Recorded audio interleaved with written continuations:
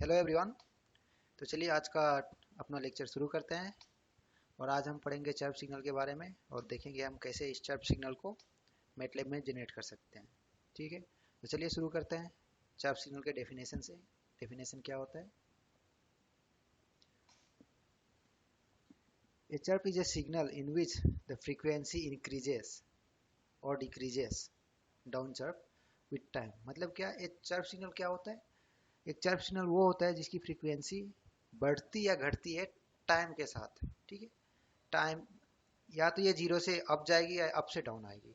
तो चलिए एनिमेशन के थ्रू जानते हैं, देखते हैं इसे। ठीक है, तो ये देखिए इनिशियली क्या हो रहा है, ये लो फ्रीक्वेंसी से स्टार्ट हो रहा है हमारा सिग्नल, और जैसे जैसे ये टाइम एक्सिस बढ़ता जा रहा है वैसे फ्रीक्वेंसी इसकी बढ़ती जा रही है। ठीक है,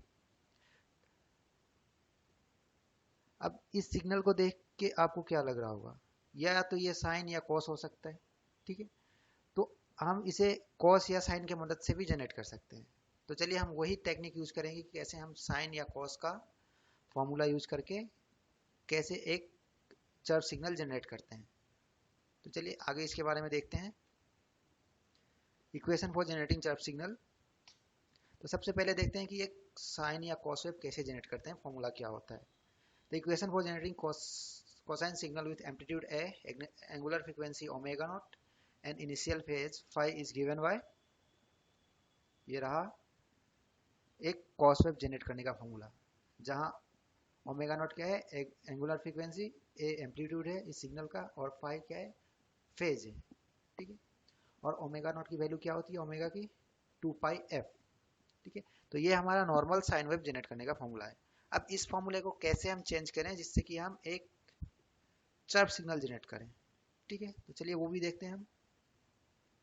मॉडिफाइड इक्वेशन इसका, ये रहा हमारा मॉडिफाइड इक्वेशन। ठीक है, ये थीटा टी बेसिकली क्या है, omega naught T plus five, इस सबको मिला के थीटा टी लिखते हैं। ठीक है, तो ये फॉर्मूला है हमारा चर्प सिग्नल जनरेट करने का, जहाँ ए क्या है हमारा, कॉस है, एम्पलीट्यूड है, और 2 पाई ये कांस्टेंट हो गया, एफ टी ये बेसिकली फ्रीक्वेंसी कंपोनेंट है। जो F T is a function of time, मतलब क्या है, टाइम के साथ साथ फ्रीक्वेंसी वेरी करेगा, चेंज करेगा। मतलब या तो ये इंक्रीज कर सकता है या डिक्रीज करेगा। ये डिपेंड करेगा हमारे ऊपर कि हम किस तरीके से इसे वेरी करना चाहते हैं, हाई टू लो या लो टू हाई करना चाहते हैं। ठीक है, और ये हमारा क्या है, फेज है, एज इट इज जो यहाँ दिया गया है। चलिए, तो अब एफ को कैसे डिनोट किया जाता है वो देखते हैं। वेयर एफ क्या है, के अपन 2 × टी प्लस एफ नॉट, और के की वैल्यू क्या होती है, के इजकल टू F1 - F0/T।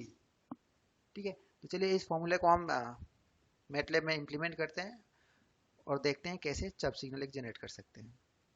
ठीक है, तो मैटलैब मैंने पहले से ही खोल रखा है, तो मैटलैब का ये लाइव एडिटर है। ठीक है, यहाँ अब हम कोड लिखेंगे।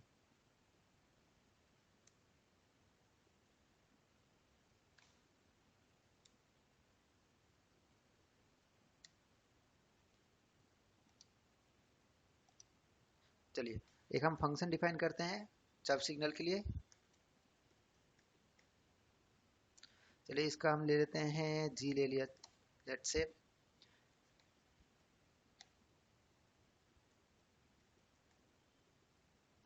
तो चर्प सिग्नल हमें क्या क्या जरूरत पड़ेगी फंक्शन में। पहला हमारा इनिशियल टाइम क्या होगा, starting time basically, starting frequency क्या होगा। ठीक है, एंडिंग टाइम क्या होगा हमारा, जहाँ चर्प खत्म होगा, और एंडिंग फ्रीक्वेंसी जो मैक्सिमम फ्रीक्वेंसी होगी वो क्या होगी चर्प सिग्नल की। ठीक है, और इसमें और एक कंपोनेंट था हमारा, क्या था, फेज था। ठीक है, अब हम चेक कर लेते हैं इफ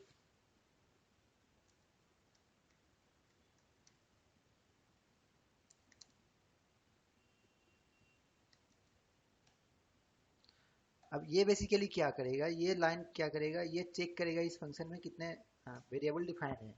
ठीक है, अगर 4 ही वेरिएबल है तो ये ऑटोमेटिकली क्या करेगा, फेज की वैल्यू को हम यहाँ असाइन कर देंगे इक्वल टू 0। ओके, जिससे क्या होगा, सपोज कुछ कुछ लोग होंगे जिन्हें फेज शिफ्ट इंट्रोड्यूस करने की मन नहीं है। ठीक है, जीरो फेज शिफ्ट रखना चाहते हैं, उस सिचुएशन में वो फेज शिफ्ट की जीरो वैल्यू देने की जरूरत नहीं है, सिर्फ ये इस चार वेरिएबल को डिफाइन करें, बस हो जाएगा, फेज शिफ्ट ऑटोमेटिकली वो जीरो एज्यूम कर लेगा। ओके, तो चलिए अभी हम बाकी वेरिएबल डिफाइन कर लेते हैं, जैसे कि टी जीरो जो हमारा क्या होगा,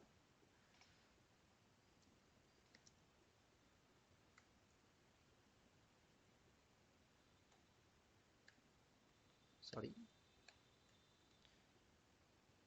और टी हमारा क्या था,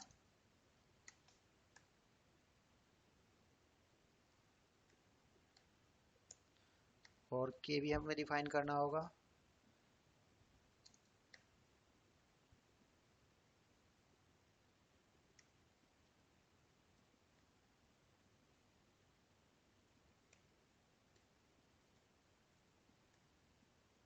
ठीक है, अब हम इम्प्लीमेंट कर देते हैं उस फॉर्मूले को। क्या फॉर्मूला था? फॉर्मूला था एम्पलीट्यूड, हम लेट से सपोज हम 2 रख लेते हैं, ठीक है, सब सिग्नल की, या 1 ही रहने देते हैं, कोई प्रॉब्लम नहीं होगी उससे। कॉस 2 इंटू पाई इंटू क्या था, के अपन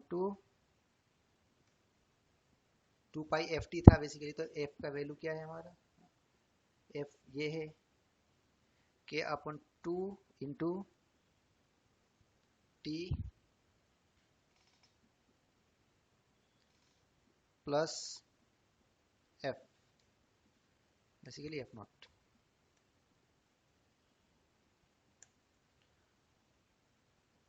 और टी बेसिकली क्या होगा हमारा, टाइम वेक्टर होगा, ठीक है। तो टाइम वेक्टर के लिए हमें ये डॉट नोटेशन यूज करना होता है। अगर ये स्केलर रहता टी तो हमें डॉट यूज करने की जरूरत नहीं होती, बट ये टी सिंस वेक्टर क्वांटिटी होगा, इसलिए हमें यहाँ टी यूज करने की जरूरत पड़ेगी, ठीक है।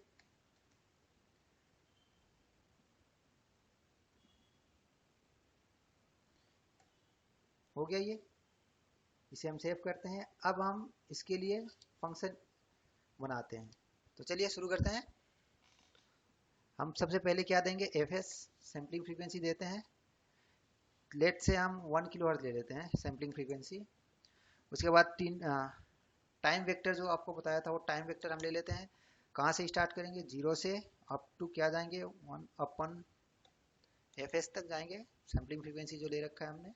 और एन एन टाइम क्या होगा हमारा 1, ठीक है। तो 0 से 1 सेकेंड तक हम प्लॉट करेंगे, और उसके बीच में ये हमारा डिस्क्रीट सैंपल रहेगा इसमें, ठीक है। तो ये बेसिकली बेस टाइम हो जाएगा हमारा। नेक्स्ट हम क्या लेंगे, स्टार्टिंग फ्रीक्वेंसी, जो लोअर फ्रीक्वेंसी क्या रहेगी, हम एफ नॉट ले लेते हैं। लेट से हम 1 हर्ट्ज से ही स्टार्ट करते हैं, ओके। और F1 क्या ले लेते हैं हम, जो मैक्सिमम फ्रीक्वेंसी रहेगी, जो जहां हमारा ये चर्प सिग्नल टर्मिनेट करेगा, उसे ले लेते हैं हम। लेट सपोज एफ एस अपन 20 ले लेते हैं। ये बेसिकली कितना हो जाएगा,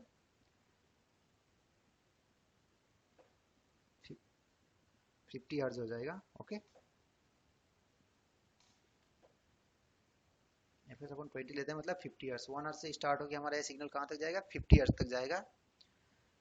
अब हमारा फंक्शन क्या था, G equal to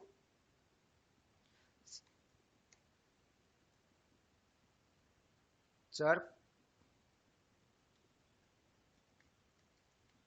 signal starting frequency, time scale क्या होगा, टी कोमा एफ नॉट, जो स्टार्टिंग फ्रीक्वेंसी हो गया। स्टार्टिंग टाइम ये हो गया हमारा, स्टार्टिंग फ्रीक्वेंसी ये होगी, ठीक है। हमारा एंडिंग टाइम क्या होगा, 1 सेकेंड पे हम खत्म कर रहे हैं, जो यहाँ हमने डिफाइन कर रखा है, ओके। और नेक्स्ट हमारा क्या है, एंडिंग फ्रीक्वेंसी क्या है हमारा, maximum frequency. Ending time basically 1 था, इसलिए 1 लिया हमने। एंडिंग मैक्सिमम जो फ्रीक्वेंसी रहेगी वो F1 रहेगी, ठीक है। और यहाँ हम फेज नहीं लेते हैं, सिंस हम अगर 4 ही वेरिएबल दे रहे हैं, तो हमने यहाँ डिफाइन कर रखा है ये, यहाँ ये देखिए, अगर 4 वेरिएबल इनपुट करेंगे तो फेज को ऑटोमेटिकली वो 0 ले लेगा। तो हम यहाँ फेज छोड़ देते हैं। ओके, अब चलिए प्लॉट करते हैं। किस किस वेरिएबल का प्लॉट करेंगे हम? टाइम को और जो हमारा ये चर्प सिग्नल जनरेट हो रहा है उसको करेंगे। ठीक है, अब इस प्लॉट का टाइटल दे देते हैं।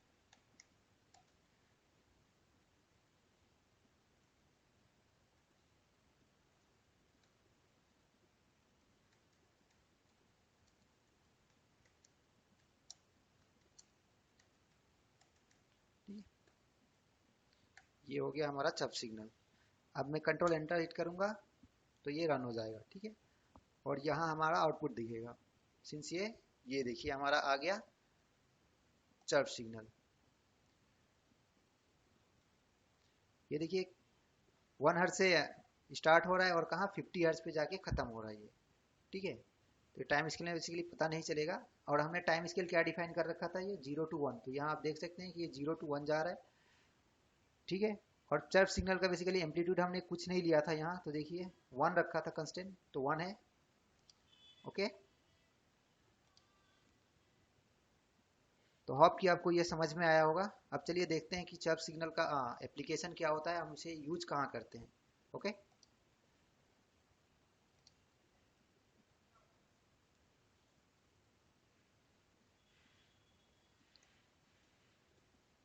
एप्लीकेशन बेसिकली क्या होता है? ये चर्प सिग्नल हमें रडार में यूज करते हैं।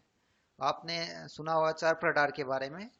सी बैंड या एस बैंड में काम करते हैं। सोनार, बेसिकली ये सोनार हाईली यूज होते हैं सबमरीन्स में। ये हमारा स्प्रेड स्पेक्ट्रम कम्युनिकेशन है, ये सिक्योर कम्युनिकेशन होता है जो मिलिट्री में यूज होता है। ऑप्टिकल, ऑप्टिकल तो आजकल सब कोई जानता है आई होप। और नेक्स्ट ये जैमर, जैमर में बहुत ही ज़्यादा यूज होता है स्वीप चर्प सिग्नल का। बेसिकली मैं खुद ही एक इंजीनियर हूँ और मैंने जैमर पे एक्सटेंसिवली काम किया है, तो मुझे पता है कि कितना इम्पोर्टेंस है इस सिग्नल का।